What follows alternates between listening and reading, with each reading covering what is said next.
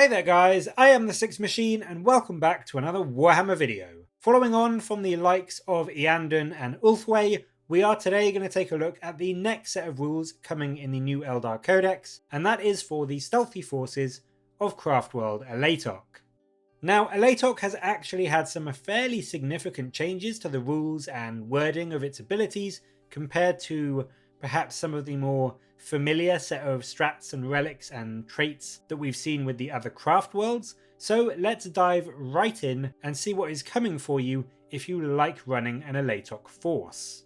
Their attribute, first of all, has expanded from just one very powerful in 8th trait to 3 separate but quite common traits from 9th edition, and now instead of just being -1 to hit against enemy ranged attacks from more than 12 inches away, your Alaitoc units count as benefiting from light cover, so getting a +1 to your armor save if they're shot at from further than 12 inches away, and on top of that, if your model is an infantry or a biker unit, you get the benefit of dense cover if they are more than 12 inches away and you are on or within a terrain feature. So you get your -1 to be hit back on infantry and bikers as long as they are sticking to the terrain and generally being stealthy, much like you would expect from a fluff perspective. The final part of this trait is that you can ignore any and all modifiers to your move characteristic on infantry units, as well as any modifiers to your advance rolls. And this is actually quite powerful. There are a good number of ways in the game that your movement characteristic can be nerfed from various psychic powers or stratagems or anything like that, so being able to flat out ignore those will help your units to get around the battlefield that much more easily.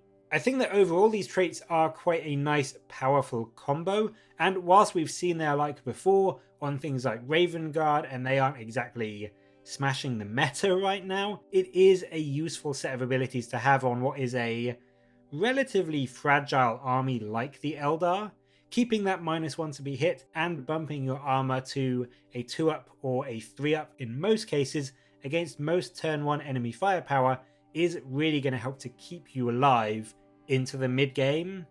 The Latok Warlord trait has also changed massively. In fact, it's completely new. Now called Master of Ambush, you no longer get the old 8th edition puritanical leader trait, which let your friendly Alaitoc units within 6 inches auto-pass morale. Now this new Warlord trait is a buff where you choose a friendly Alaitoc core infantry within 9 inches in the command phase, and then until the end of that turn, that unit can shoot its ranged weapons and still complete any actions that it may be performing. And I think this is actually quite an underrated buff, especially with all of the new style of missions where doing actions is a huge part of scoring those secondary points. But then the trait also allows you at the start of the first battle round, before the first turn begins, to choose a unit of Alaitoc Rangers and basically redeploy them anywhere on the board as long as it's more than 9 inches away from enemy deployment. Now, some armies love this, to get a unit right up in your opponent's face for a turn 1 charge. With Rangers, that's probably not so much what you're going to be doing with this, but being able to easily get onto a midfield objective or trick your opponent with a cheeky redeploy to shoot at an exposed character or something, there is actually a lot you can do with this trait, and although I don't think it's an auto-take Warlord trait by any means, if you have a game plan that involves a unit doing loads of actions and scoring you secondaries, or you want to go after a specific enemy character, this could be one to consider to help them keep up their shooting while they're doing those actions and also allow you to kill that character before they can do too much damage to your army. We also have the Latok Relic, the Shift Shroud of Alancer. This has the same name but again has had a pretty significant change. In its current version, it gives the bearer -1 to be hit from shooting, and also during deployment lets you essentially put the model in deep strike, allowing you to emerge in a later turn anywhere on the board more than 9 inches from enemy models.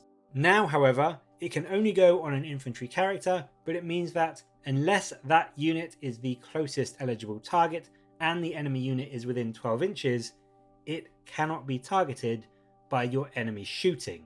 Now, this sounds amazing, being able to keep your Warlord pretty much untouchable all game long is a big boost. But if we're being honest, with things like Look Out Sir, it can already be relatively easy to keep an HQ safe most of the time anyway. And so for the most part, I think this is going to help really against things like enemy snipers, or if you did want to keep your Warlord back in your deployment, so you're going to be outside of that 12 inches and just babysit a min squad of Dark Reapers or Rangers or whatever it may be, it may be worth considering. But I do think that in general, I actually prefer the old 8th edition version of this, and I certainly think there will be better relics to take in the main codex instead of this one. And then finally we have the Alaitoc Stratagem, Pathfinder Ambush. This again is a big change up from the current Alaitoc Stratagem, which is called Pathfinders.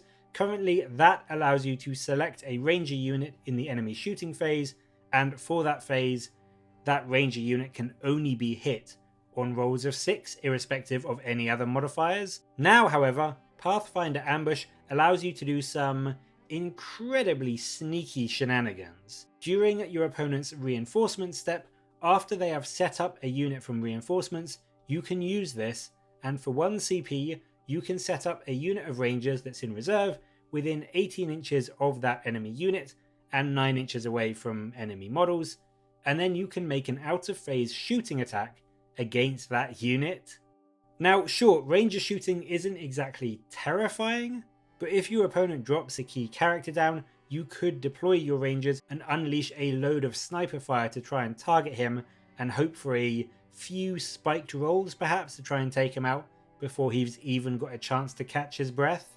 It's really not too expensive for just 1 CP, and against some armies where your opponent may have a somewhat squishy HQ, this could really pay off. Against things like Marines or Custodes, probably not one to use, but maybe a Genestealer cult or other Eldar HQ, this could realistically allow you to take them off the board right at the start of their turn before they can actually do anything or buff anything, and that could well completely scupper your opponent's battle plan. So there we go, Craftworld Alaitoc. I think in general it's kinda meh, to be honest. I do like the attribute, I think it's good on a squishy army like the Eldar, but at the end of the day, most opponents will get their units within 12 inches sooner or later, and then your trait essentially becomes useless. And the Relic, Strat and Warlord trait are nice, but there's nothing there that stands out as being a must-take to me, especially when you compare it to what we can reasonably expect from the generic list of relics in the main codex. And there's certainly nothing like some of the options that Ulthwé or Eandon or Samhain have access to instead. But what do you think?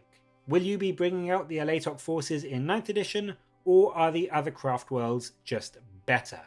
Let me know in the comments below, and as always, thank you very much for watching. Please do like and subscribe for more Warhammer content from me, but until next time, I'll catch you later guys.